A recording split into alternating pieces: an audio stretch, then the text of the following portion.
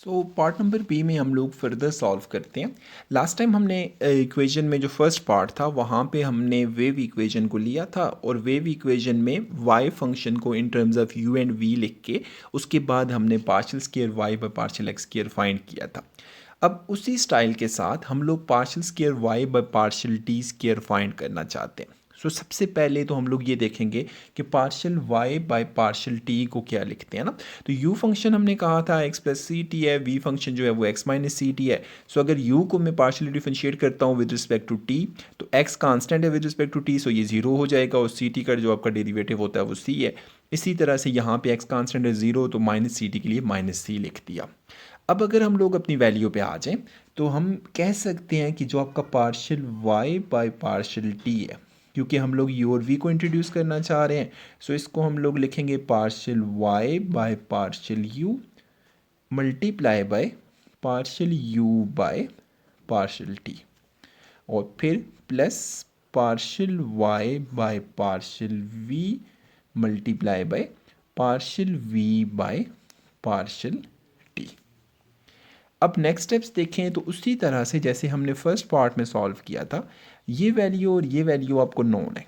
तो अगर आप इन दोनों वैल्यूज़ को सब्स्टिट्यूट कर दें, ये बनेगा आपके पास partial y by partial t equals to partial y by partial u multiply by partial u by partial t हम कह चुके हैं ये सी के बराबर है। और इसी तरह से ये partial y by partial v जो है मल्टीप्लाई बाय माइनस सी के बराबर ये partial v by partial t था। अब मज़ीद अगर आप इसको सॉल्व करना चाहें तो आप लोग ऐसे कर सकते हैं कि सी कॉमन ले लें, तो ये बनेगा आपके पास partial y by partial t equals to c times partial y by partial u minus plus minus minus हो गया partial y by partial v. So ये आपके पास नेक्स्ट रिजल्ट बन जाता है। और इसमें से भी उसी तरह से अगर आप लोग y को बीच में से हटा दें, लाइक यहाँ से आप y कॉमन ले लें तो y से कैंसिल आउट हो जाता है। तो अब आपके पास रिजल्ट कुछ ऐसे बनेगा partial by partial t equals to c times partial by partial u minus partial by partial v। तो ये आपके पास partial by partial t in terms of u and v लिखा गया। फिर नेक्स्ट स्टेप उसके बाद क्या होगा, इसका आप लोग अगेन पार्शियली डिफरेंशिएट करें इस इक्वेशन को विद रिस्पेक्ट टू टी। तो जब आपने अगेन पार्शियली डिफरेंशिएट किया विद रिस्पेक्ट टू टी तो ये कुछ ऐसे बनेगा पार्शियल बाय पार्शियल टी आप दोबारा ले रहे हैं, पहले से मौजूद क्या था partial y by partial t, फिर इक्वल्स टू यहाँ पे भी आपने पार्शियल बाय पार्शियल टी लेना है और बाकी वैल्यू जो आपके पास मौजूद है वो c times partial y by partial u minus partial y by partial v है।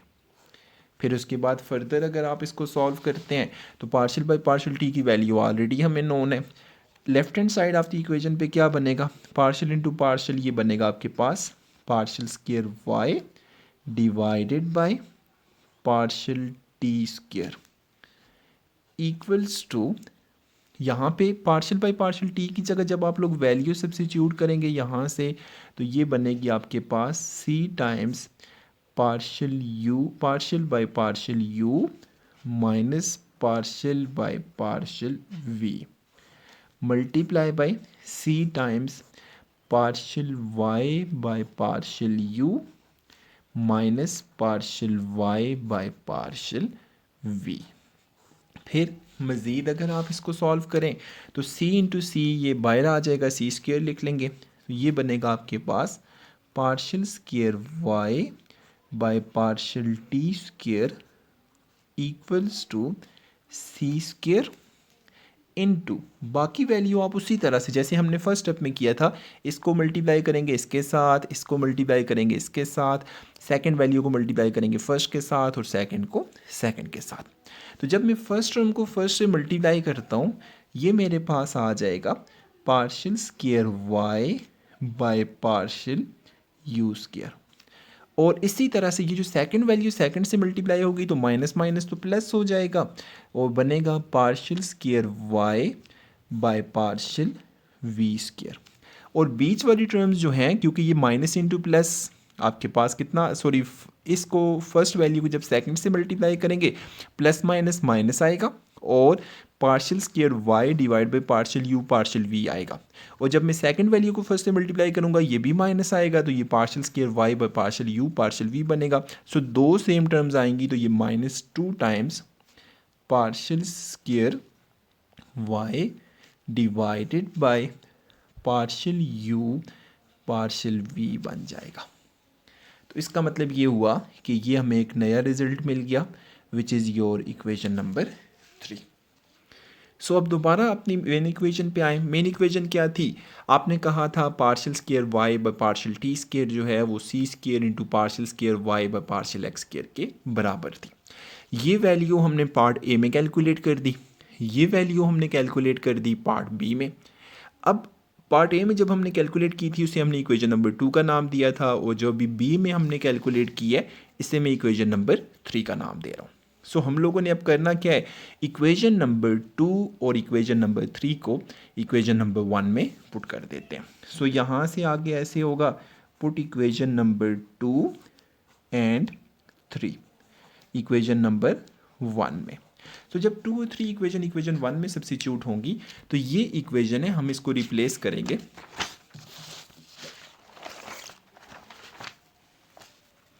तो यहाँ पे हमारे पास रिजल्ट कुछ ऐसे था कि इक्वेशन जो मेन इक्वेशन थी that was partial square y by partial t square equals to c square into partial square y by partial x square.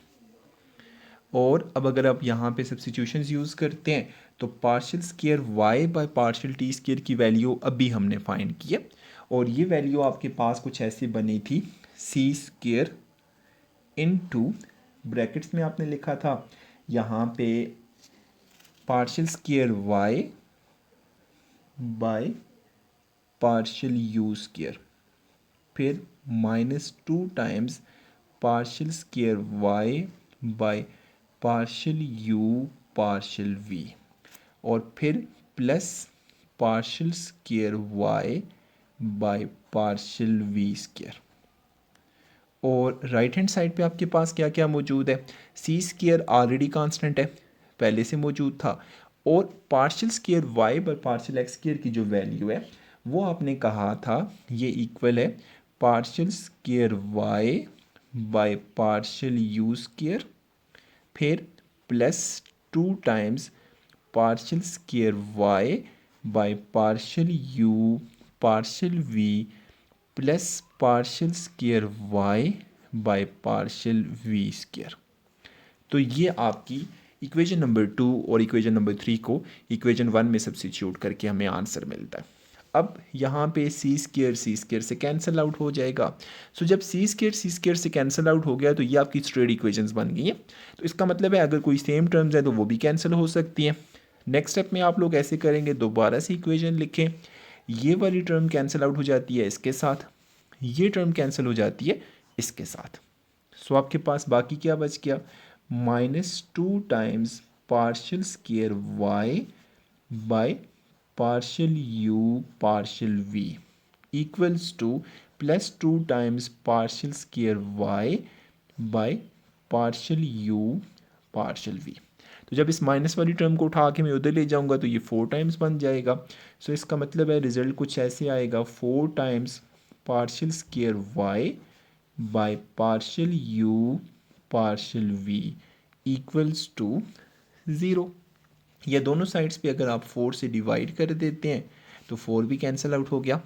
सो इसका मतलब ये हुआ कि हमारे पास जो रिज़ल्ट आएगा वो बनेगा partial square y by partial u partial v equals to 0। फ़र्ज़ किया इसे मैं इक्वेशन नंबर 4 का नाम दे देता हूँ। अब अगर आप लोग इक्वेशन नंबर 4 को देखें तो ये partial square y by partial u into partial v equals to 0 है।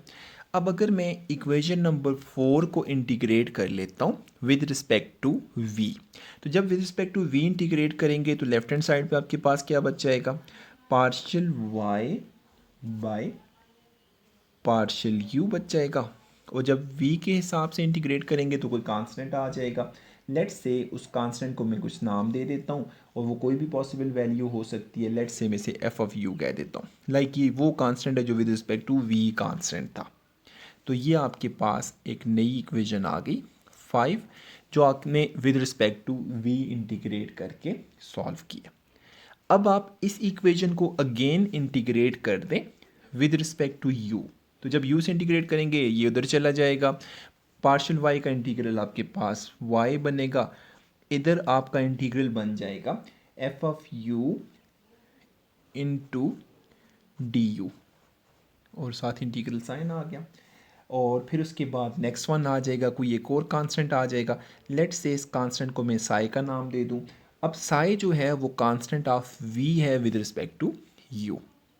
और इस फंक्शन को भी अगर मैं कोई कांस्टेंट वैल्यू का नाम देना चाहूँ तो मैं कह सकता हूँ कि मेरे पास y जो आएगा वो इक्वल हो जाएगा, इस नए कांस्टेंट को कुछ मैं नाम दे देता हूँ x का, सॉरी फाई का। और ये फाई जो है that is function of u, और ये जो था साई जो था वो फंक्शन ऑफ v है।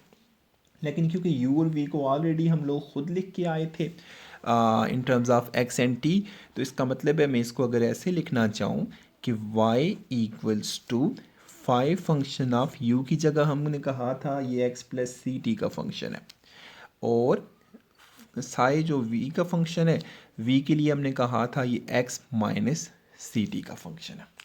तो ये आपके पास y की वैल्यू बन जाती है, और इस रिजल्ट को कह सकते हैं ये आपका d'Alembert solution of wave equation है। So this is the it is solution of